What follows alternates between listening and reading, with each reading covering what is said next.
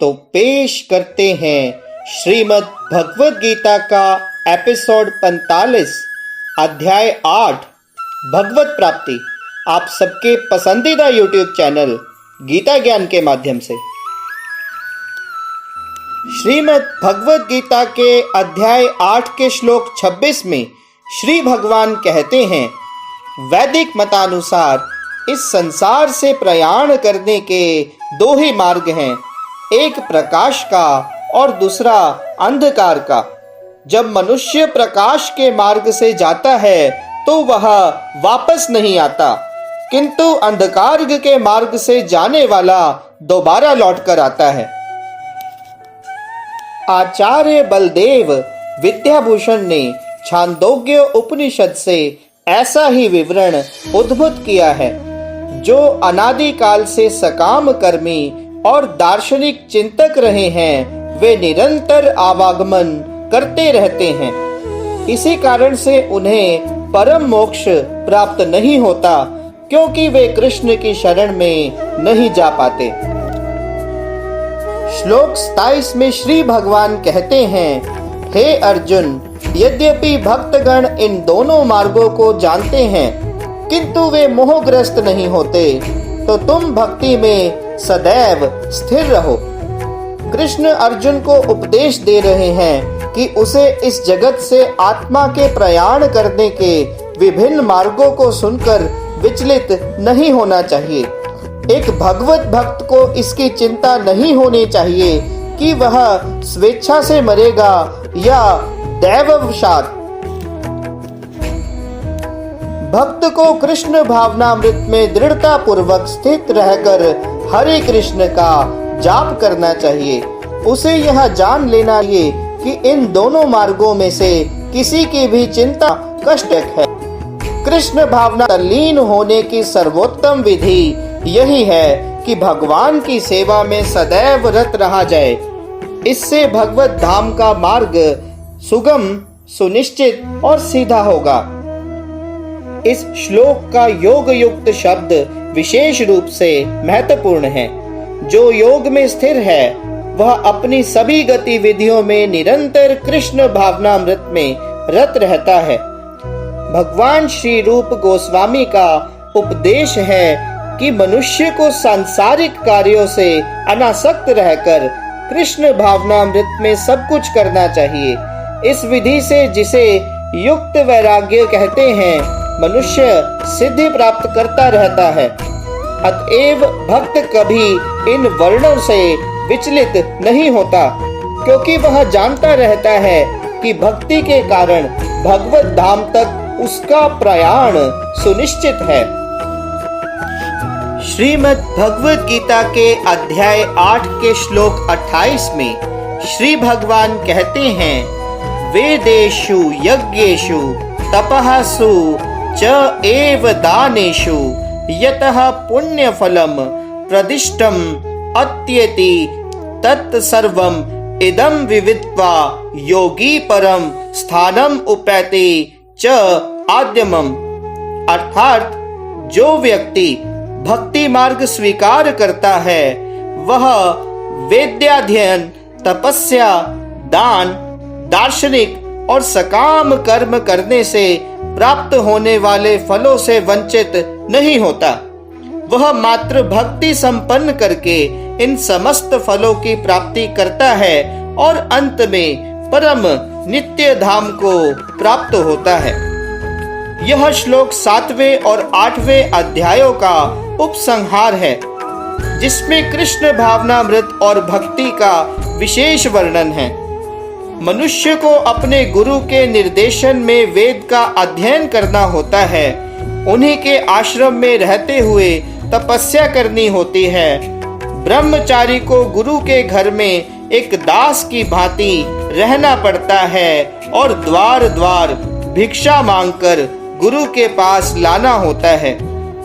उसे गुरु के आदेश पर ही भोजन करना होता है, और यदि किसी दिन गुरु शिष्य को भोजन करने के लिए बुलाना भूल जाए तो शिष्य को उपवास करना होता है। ब्रह्मचर्य पालन के ये कुछ वैदिक नियम हैं। अपने गुरु के आश्रम में जब छात्र 5 से 20 वर्ष तक वेदों का अध्ययन कर लेता है तो वह परम चरित्रवान बन जाता है। वेदों का अध्ययन मनोधर्मियों के मनोरंजन के लिए नहीं है, बल्कि चरित्र निर्माण के लिए है। इस प्रशिक्षण के बाद ब्रह्मचारी को गृहस्थ जीवन में प्रवेश करके विवाह करने की अनुमति दी जाती है। गृहस्थ के रूप में उसे अनेक यज्ञ करने होते हैं, जिसे वह आगे उन्नति कर सके। उसे देश, काल और पात्र के अनुसार तथा सात्विक, राजसिक और तामसिक दान में अंतर करते हुए दान देना होता है, जैसा कि भगवत गीता में वर्णित है। गृहस्थ जीवन के बाद वानप्रस्थ आश्रम ग्रहण करना पड़ता है, जिसमें उसे जंगल में रहते हुए वृक्ष की छाल पहनकर और शौर कर्म आदि किए बिना कठिन तपस्या करनी होती है। इस प्रकार मनुष्य ब्रह्मचर्य, गृहस्थ, वानप्रस्थ और अंत में संन्यास आश्रम का पालन करते हुए जीवन की सिद्धावस्था को प्राप्त होता है। तब इनमें से कुछ स्वर्ग लोक को जाते हैं और यदि वे और अधिक उन्नति करते हैं तो अधिक उच्च लोकों को या तो निर्विशेष ब्रह्म ज्योति को या वैकुंठ लोक या कृष्ण लोक को जाते हैं।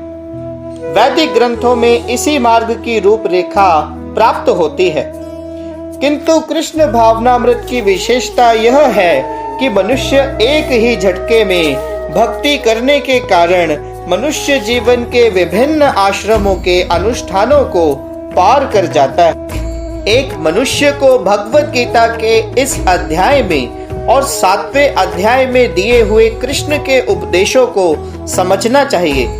उसे मनोधर्म से इन दोनों अध्यायों को समझने का प्रयास नहीं करना चाहिए, अपितु भक्तों की संगति से श्रवण करके समझना चाहिए। 7वें से लेकर 12वें तक के अध्याय भगवत गीता के सार रूप हैं। पहले 6 अध्याय और अंत के 6 अध्याय इन मध्यवर्ती 6 अध्यायों के लिए आवरण मात्र हैं, जिनकी सुरक्षा भगवान करते हैं। यदि कोई गीता के इन 6 अध्यायों को भक्त की संगति में भली बातें समझ लेता है तो उसका जीवन समस्त तपस्याओं, यज्ञों, दानों, चिंतनों को पार करके महिमा मंडित हो उठता है, क्योंकि केवल कृष्ण भावनामृत के द्वारा उसे इतने कर्मों का फल प्राप्त हो जाता है। और जिसे भगवत गीता में तनिक भी श्रद्धा नहीं है, उसे किसी भक्त से भगवत गीता समझनी चाहिए, क्योंकि 4थे अध्याय के प्रारंभ में ही कहा गया है कि केवल भक्तगण ही गीता को समझ सकते हैं, अन्य कोई भी भगवत गीता के अभिप्राय को नहीं समझ सकता। तो इसीलिए एक मनुष्य को चाहिए कि वह किसी भक्त से भगवत गीता पढ़े। यही श्रद्धा का सूचक है। जब भक्त की खोज की जाती है और अंत में भक्त की संगति प्राप्त हो जाती है, उसी क्षण से भगवत गीता का वास्तविक अध्ययन और उसका ज्ञान प्रारंभ हो जाता है। भक्त की संगति से भक्ति आती है और भक्ति के कारण कृष्ण या ईश्वर और कृष्ण के कार्यकलापों, उनके रूप, नाम, लीलाओं आदि से संबंधित सारे भ्रम दूर हो जाते हैं। इस प्रकार भ्रमों के दूर हो जाने पर वह अपने अध्ययन में स्थिर हो जाता है और तब उसे भगवत गीता के अध्ययन में रस लगने लगता है और कृष्ण भावना भावित होने की अनुभूति होने लगती है। आगे बढ़ने पर वह कृष्ण के प्रेम में पूरी तरह से अनुरक्त हो जाता है। यह जीवन की सर्वोच्च सिद्ध अवस्था है, जिससे भक्त कृष्ण के धाम गोलोक वृंदावन को प्राप्त होता है, जहाँ पर वह नित्य सुखी रहता है। हरे कृष्णा कृष्णा कृष्णा हरे हरे, हरे राम राम राम हरे हरे। तो इस प्रकार श्रीमद् भगवत गीता के 8वें अध्याय भगवत प्राप्ति का भक्ति वेदांत तात्पर्य पूर्ण होता है। बोलिए श्री कृष्ण भगवान की जय। तो इसके साथ ही दोस्तों श्रीमद् भगवत गीता का एपिसोड 45 पूर्ण होता है। अगर हमारी वीडियो पसंद आए तो वीडियो को लाइक करें, हमारे YouTube चैनल गीता ज्ञान को सब्सक्राइब करें और इस वीडियो को आगे ज्यादा से ज्यादा शेयर करें। अपने किसी भी प्रकार के सुझाव के लिए हमारे कमेंट सेक्शन में लिखना ना भूलें। बोलिए श्री कृष्ण भगवान की जय।